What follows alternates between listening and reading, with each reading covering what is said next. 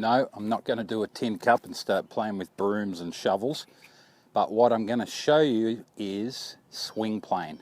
I'm going to show you so you understand how swing plane really, really works to hit the ball straight. So as far as swing plane, we've often heard that we want to try and be on plane going back and on plane coming down.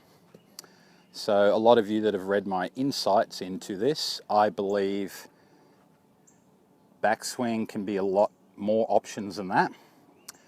And that's really based on the person's logic of how to get back to here. This is where we really want to learn to hit from. It's where all the good players got to on their downswing that really controlled the ball well.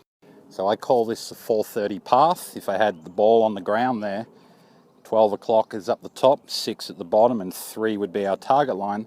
This shaft lines up on 430 path. And the way to get there is to feel that the hands are out in front of you. That really allows extra arm turn and wrist set to keep that club up and behind. And when that happens, my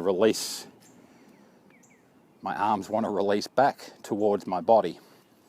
If I'm on plane, my body gets already pulled a little bit forward and I have to sort of use my hands a lot more because my arms have lost their rotation and the wrists have basically lost some of their set.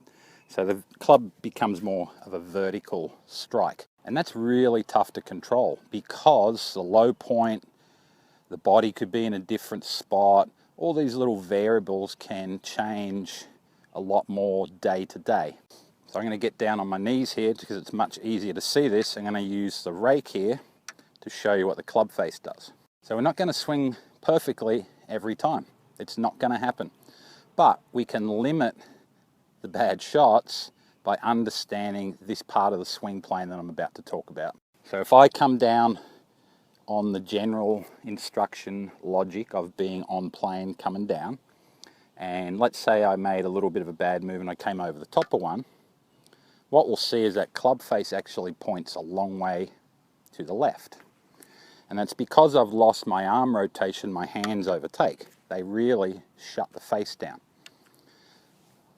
As similar, if I come down on the general swing plane logic and I fall underneath one, that club face will point a long way to the right.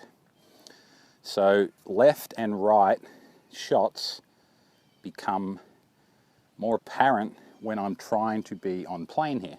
So let's have a look at what happens when we talk about the 430 path, or what most people would call underplane.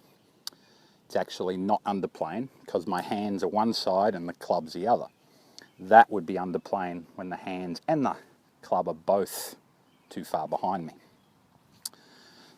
So now if I'm coming from the 430 path that I spoke about, and let's say I do the over the top move where I sort of come over the top of one, that club face is actually square. All it does is de-loft the club.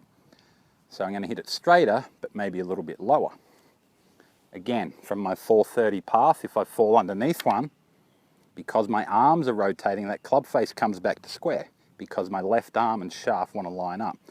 So that face is still square. All it does is add loft. So we'll have a look from behind here. On plane, according to logic. If I come over the top of one a bit, club face points over here. If I come underneath one, club face points over there. 430 path, where the hands are out a little bit more to enable more wrist set and arm turn. And I come over the top of one. All it does is it pushes my hands a little bit forward. I de-loft the club, but the face is still pointing where my target is. Same thing if I come underneath one. Because my arms want to rotate, that club face still squares up, but all I've done is add loft to it. So good golfers don't hit good shots all the time, but they limit the bad ones. And what I've just shown you is the absolute truest way to make sure your shots go straighter. All you're going to do is change the trajectory of the shot if you do make a bad swing.